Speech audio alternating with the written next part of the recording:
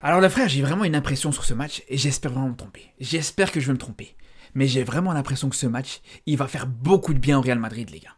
Je vous dis la vérité, j'ai vraiment l'impression que ce match-là, il pourra servir énormément au Real. Parce que c'est vrai que d'habitude, quand il y a cette Coupe du Monde de clubs, quand il y a le club européen qui doit s'absenter pour aller jouer cette Coupe du Monde des clubs, enfin, maintenant ça s'appelle la Coupe intercontinentale, généralement, c'est vrai que ça dérange beaucoup les clubs qui sont dans une bonne dynamique, qui sont bien partis, qui sont bien en championnat, etc. Mais pour le Real Madrid, les gars, je pense que ce match-là, il peut faire beaucoup de bien. Parce qu'on a vu dans ce match-là, déjà, il y a une grosse différence entre le dernier match contre le Real Vallecano, dans ce qui a été proposé du côté du Real par rapport à l'animation offensive, ça c'est une première chose. Offensivement, c'était beaucoup plus intéressant que sur le dernier match, ça c'est vraiment quelque chose d'important à prendre en compte. Mais deuxième chose surtout, c'est que même quand on voit ce match-là, les gars, on a vraiment l'impression que au fur et à mesure du match, le Real Madrid est monté en puissance. Que le Real Madrid, petit à petit, a pris la confiance dans ce match-là, les gars. Et je pense, comme je vous dis, que c'est un match qui va leur servir pour revenir beaucoup plus fort en Liga. Parce que quand on voit le match de Vinicius, quand on voit le match de Bellingham, quand on voit le but d'Mbappé, pour moi, c'est que des choses, des signaux positifs pour le Real Madrid, les gars. Et on le voit, les gars, rien que, pour moi, bon, je pense qu'il y en a beaucoup qui vont dire que l'homme du match, c'est peut-être Vinicius avec son but et sa passe D. Mais le match de Bellingham, encore une fois, les gars, c'est stratosphérique ce qu'il fait aujourd'hui, les gars. Stratosphérique, franchement, ce qu'il fait, Bellingham, depuis son retour de blessure. Bon, il y a eu une petite période de doute, une petite période où il a fallu le temps qu'il se mette en confiance, qu'il rentre en confiance. Mais entre-temps, les frères, depuis, son niveau, il a jamais baissé, les gars. Son niveau, il ne déçoit jamais de match en match. C'est des matchs qui sont très complexes, que ce soit offensivement ou défensivement, il est très fort. Il est à l'origine du premier but. Il te fait à chaque fois des passes vraiment très dangereuses. Quand on voit justement, même au-delà de la passe qu'il met à Vinicius sur le premier but, sur le but d'Mbappé, quand on voit justement, même plus tard dans le match, où il met encore une fois une très belle passe pour Vinicius, qui donne la possibilité à Vinicius de se retrouver en face à face. Et on l'a vu encore une fois, comme je vous dis, un match très complexe de la part de Bellingham, que ce soit offensivement ou défensivement. Et ça, on peut dire que c'est un peu le cas pour l'ensemble de cette attaque du Real Madrid. À partir du moment où tu vois déjà, pour commencer, que tous les attaquants du Real Madrid ont marqué aujourd'hui, que ce soit Bellingham, que ce soit plutôt Vinicius, Rodrigo et Mbappé. Mais surtout, ce qui est intéressant, les gars, c'est que quand on voit le premier but, on voit que c'est une action collective, c'est un très beau but sur l'aspect collectif, il faut le dire, avec Bellingham qui va trouver Vinicius, qui va trouver Mbappé. Donc les trois joueurs participent à cette action-là et à ce but-là. Ce qui n'était plus arrivé, ce qui arrivait très rarement, et je pense que la seule fois où c'est arrivé, c'est contre les Ganes. Sur le but d'Mbappé contre les Ganes, où c'est arrivé de la même manière. Mais ça, encore une fois, voir justement les joueurs offensifs du Real Madrid qui arrivent à se trouver facilement, qui arrivent à se trouver, qui arrivent à être décisifs comme ça, les gars, je peux vous dire que pour la confiance et pour le reste des matchs, je pense que ça peut être très positif pour le Real, les gars. Je pense qu'on peut avoir un Real qui peut commencer vraiment à faire très peur en Liga. Et au-delà bien sûr, de Bellingham, qui pour moi vraiment, je peux dire est l'homme du match parce que, voilà, il a été moins décisif que d'autres. Mais en tout cas, le match qu'il fait, c'est vraiment très fort. Et au final, il n'y en a aucun des joueurs offensifs qui ont été mauvais. Parce que même Rodrigo, encore une fois, le but qu'il te met, mais franchement, c'est stratosphérique ce qu'il te fait, les gars. Vraiment, Rodrigo, les gars, quand il s'y met, quand il est dans un grand jour, il est complètement inarrêtable. Le but qu'il te met après sa conduite de balle pour se trouver une ouverture, franchement, c'est fort. C'est vraiment très fort, les gars. Et paradoxalement, peut-être que... Bon, après, vous allez me dire que j'abuse peut-être. Mais si on doit peut-être sortir le joueur offensif du Real Madrid qui a été moins bon, et je pense que vous me voyez venir, peut-être qu'on peut dire que c'est Mbappé. Alors je dis pas qu'Mbappé a été mauvais, bien sûr. Mais ce qu'on peut lui reprocher plutôt, c'est dans le jeu où il a été un petit peu décevant.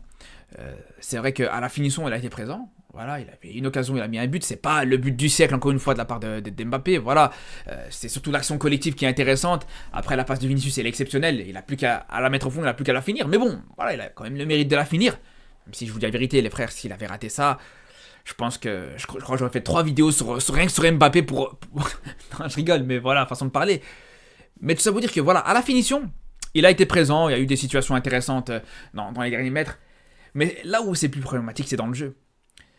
Dans le jeu, sur des situations de construction par exemple, sur des situations où il est un peu plus bas sur le terrain, comme on voit cette occasion-là, je crois que c'était encore 0-0 à ce moment-là, le score était encore vierge. Et quand on voit justement cette passe d'Mbappé dans l'axe, cette passe qui rate d'ailleurs, où l'attaquant de Pachuca a intercepté cette passe, et heureusement d'ailleurs que juste derrière, voilà, il arrive pas à contrôler ce ballon correctement, etc. Mais sinon, ça aurait pu donner une occasion, voire un but, et l'ouverture du score pour Pachuca. Et le scénario aurait été totalement différent. Et ça, on l'a vu plusieurs fois. Bien sûr que dès qu'on se retrouve dans des zones un peu plus basses, dès qu'Mbappé doit démarrer avec le ballon balle au pied, dès qu'Mbappé doit faire plusieurs touches de balle, c'est là où ça devient compliqué, les frères. Contrairement, justement, aux autres joueurs du Real Madrid qui, balle au pied, c'est beaucoup plus propre, c'est beaucoup plus impressionnant, c'est beaucoup plus qualitatif. Donc là, on est en train de se rendre compte que Mbappé, petit à petit, est en train de vraiment devenir ce joueur, ce numéro 9, qui est juste capable de, justement, de finir ses actions, de temps en temps de sortir un petit but qui est pas trop mal. Mais voilà, aujourd'hui, pour moi, c'est comme ça que je suis en train de le voir aujourd'hui, Mbappé. C'est pas forcément une mauvaise chose, c'est pas forcément une mauvaise chose pour le Real Madrid. Bon, ça remet peut-être un petit peu en perspective les qualités d'Mbappé que beaucoup n'arrêtent pas d'encenser, beaucoup le vendent comme un joueur complet, comme un joueur qui est capable de faire tout et n'importe quoi. Mais on le voit encore une fois que, voilà, au-delà de ça, c'est compliqué. Et on l'a vu juste après le but qu'il va inscrire. Il tente encore une frappe désespérée, mais une frappe complètement ratée. Et à part ça, vraiment, t'as très peu de choses à dire. Très peu de choses à relever par rapport à son match. Et c'est ça le problème. Et ça va être souvent le problème d'Mbappé d'ailleurs. Ça va être souvent le problème d'Mbappé parce que dans un match comme ça par exemple, qui est pas mauvais encore une fois, mais s'il avait le malheur de pas avoir marqué dans ce match-là, c'est sûr et certain qu'on aurait été obligé de considérer que ça aurait été un match décevant de sa part. Encore une fois, voilà, ça va être souvent comme ça, et ça a été souvent le cas depuis le début de la saison. C'est ces buts qui sauvent ce match. Même si bien sûr, attention, je dis pas qu'il a été mauvais. C'est juste que quand on compare aux autres joueurs du Real Madrid, quand on compare aux autres joueurs offensifs, entre Rodrigo qui te met un but exceptionnel, entre Vinicius qui te met un but et une passe D, et Bellingham qui te fait vraiment un match très plein, c'est vrai que peut-être Mbappé est un petit peu en dessous. Même si c'est vrai qu'il y en a qui vont me dire, ouais, le but de Rodrigo, il vient d'une passe d'Mbappé, même si... Les gars, est-ce qu'on peut vraiment considérer ça comme une passe D? C'est vrai que pendant longtemps, dans les statistiques, et dans certains championnats, on sait que quand le buteur touche le ballon plus de 3 fois, la passe décisive, elle n'est pas forcément comptée. C'est pas toujours quelque chose qui est appliqué, mais bon, voilà. C'est clair que voilà, sur le but de Rodrigo, je pense pas vraiment qu'on peut considérer qu'Mbappé est directement décisif. Après ça, c'est chacun comment il va interpréter la chose. Mais tout ça pour dire, voilà, comme je vous dis, malgré tout, il y en a certains, comme je vous dis, dans les joueurs offensifs du Real Madrid, certains qui ont été meilleurs que d'autres, certains qui ont été bons, certains qui ont été moins bons. Mais, je vous dis, encore une fois, comparé à ce week-end contre le Rayo Vallecano, où l'animation offensive elle était très mauvaise, où à part justement les 3 buts inscrits par le Real Madrid, t'as quasiment aucune occasion, pour pas dire aucune. Et même sur les buts qui ont été inscrits par le Real, c'est pas des occasions de fou, c'est voilà, 2 buts qui viennent sur des frappes de loin, etc. Bref, là, clairement, en termes d'animation offensive, en termes de combinaison, etc., on a vu des très bonnes choses. Même certains joueurs, on peut dire, un Vasquez, et on va revenir sur Vasquez, parce qu'il n'y a pas que des choses positives à dire sur Vasquez, mais même Vasquez a su être décisif en provoquant un penalty, en étant dangereux à ce niveau-là. Même Brahim Diaz, encore une fois, les gars, aujourd'hui on est obligé de constater une chose par rapport à Brahim Diaz, et ça me fait mal de le dire, mais il y a une chose à dire. C'est qu'aujourd'hui, Brahim Diaz a été très bon. Il a été très bon, mais malheureusement, voilà, on se rend compte que Brahim Diaz, là où il est vraiment bon, et là où il est souvent bon avec le Real, c'est quand il rentre. C'est quand il démarre sur le banc, les frères. C'est la réalité. Parce que quand on voit la plupart de ses matchs en tant que titulaire, peut-être le seul bon match en tant que titulaire depuis le début de la saison, c'est peut-être le match contre l'Atalanta. Mais par contre, dès qu'il rentre, là, ça devient très fort. On l'a vu contre Osasuna, on l'a vu contre Valladolid, on l'a vu sur plusieurs matchs, et là encore aujourd'hui, les frères, l'entrée de Brahim Diaz, c'est une très très belle entrée, et même lui, il aurait pu aller chercher sa passe D, les frères, parce que lui aussi, il te met une très belle passe pour Vinicius, pour donner un face-à-face à Vinicius, et ça aurait pu aggraver le score. Donc voilà, pour vous dire, c'est le principal, c'est qu'au final, l'animation offensive de cette équipe du Real Madrid, les joueurs offensifs du Real, c'était très fort. Même si bien sûr, il faut dire quand même que t'as joué contre les avant-derniers du championnat mexicain, les gars. T'as joué contre une équipe qui joue le maintien au Mexique, donc bien sûr que voilà, faut remettre les choses en perspective.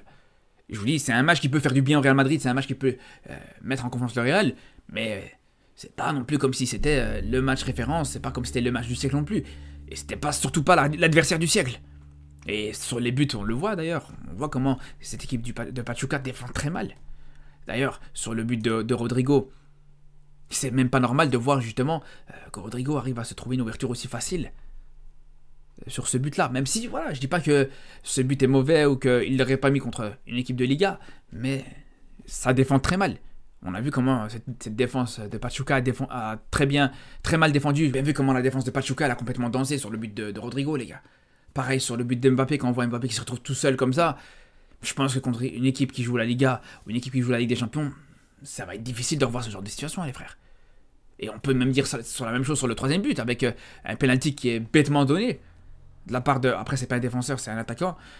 Oussama Idrissi qui donne un penalty gratuit à Vasquez. Après, justement, on a parlé de l'aspect offensif, où le Real Madrid a fait le travail. Mais défensivement, même si le Real n'encaisse pas, faut dire une chose, les gars, c'est que c'était très compliqué. Défensivement, les frères, et je peux souligner 2 joueurs. Je parlais de Vasquez qui, au final, provoque un penalty, il n'y a rien à dire. Mais défensivement, les gars, il s'est fait laver.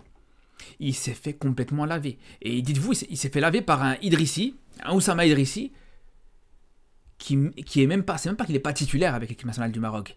C'est qu'il n'est même pas convoqué. Les gars, il fait même pas partie de la liste des 27 des joueurs du Maroc, les gars.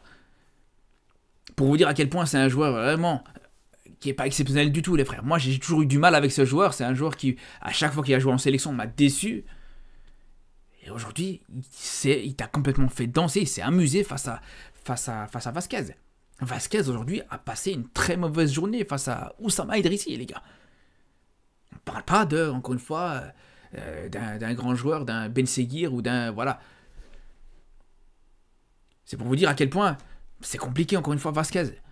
Se faire mettre en difficulté par un joueur avec un niveau aussi modeste, franchement, c'est inquiétant pour lui. Et pareil, moi, surtout, le joueur, encore une fois, qui déçoit. Et franchement, Pourtant, au début, quand il a recommencé à jouer en défense centrale, je me suis dit, bon, ça peut être intéressant, ça peut être une bonne alternative à Raúl Asensio, ça peut être pas mal, mais Tchouaméni, les gars, encore une fois, c'est une catastrophe, les gars. Tchouaméni, c'est plus possible. Que ce soit en défense centrale, que ce soit au milieu de terrain, que ce soit en attaque, que ce soit même au gardien, pour moi, c'est plus possible. Ce joueur, les gars, c'est une vraie catastrophe. Quand on voit déjà pour commencer, les frères, quand on voit déjà en début de match, le mec, moi je comprends pas. Je comprends pas. Il joue en défense centrale.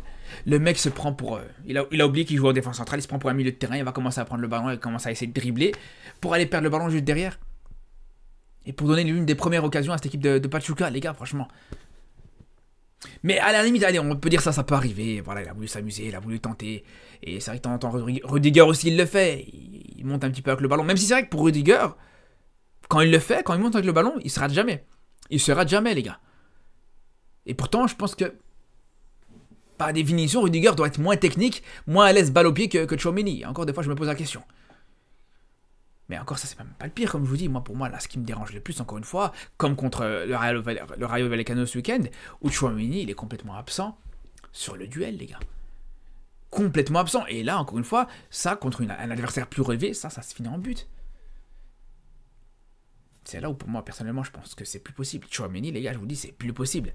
Je comprends pas pourquoi Ancelotti continue pas à faire confiance à Raúl Asensio, qui vraiment t'a fait des très gros matchs. Il t'a jamais déçu, Raúl Asensio. Et franchement, c'est là où je vous dis, autant offensivement, t'as été bon, même contre un adversaire modeste, c'est vrai, mais t'as été bon quand même, mais défensivement, là aussi contre un adversaire modeste, c'était compliqué, c'était, on peut le dire, inquiétant pour le Real Madrid. En tout cas, j'ai hâte de voir justement contre Séville ce week-end ce que ça va donner. Et c'est là où peut-être on va voir est-ce que ça va se confirmer ou pas. Est-ce que vraiment le Real Madrid a pris de la confiance justement sur ce match. Ou c'est peut-être juste une fausse impression, c'est peut-être juste une impression. Mais on sera fixé très bientôt. Donc je vous dis à très vite pour une nouvelle vidéo. Et surtout d'ici là, prenez soin de vous.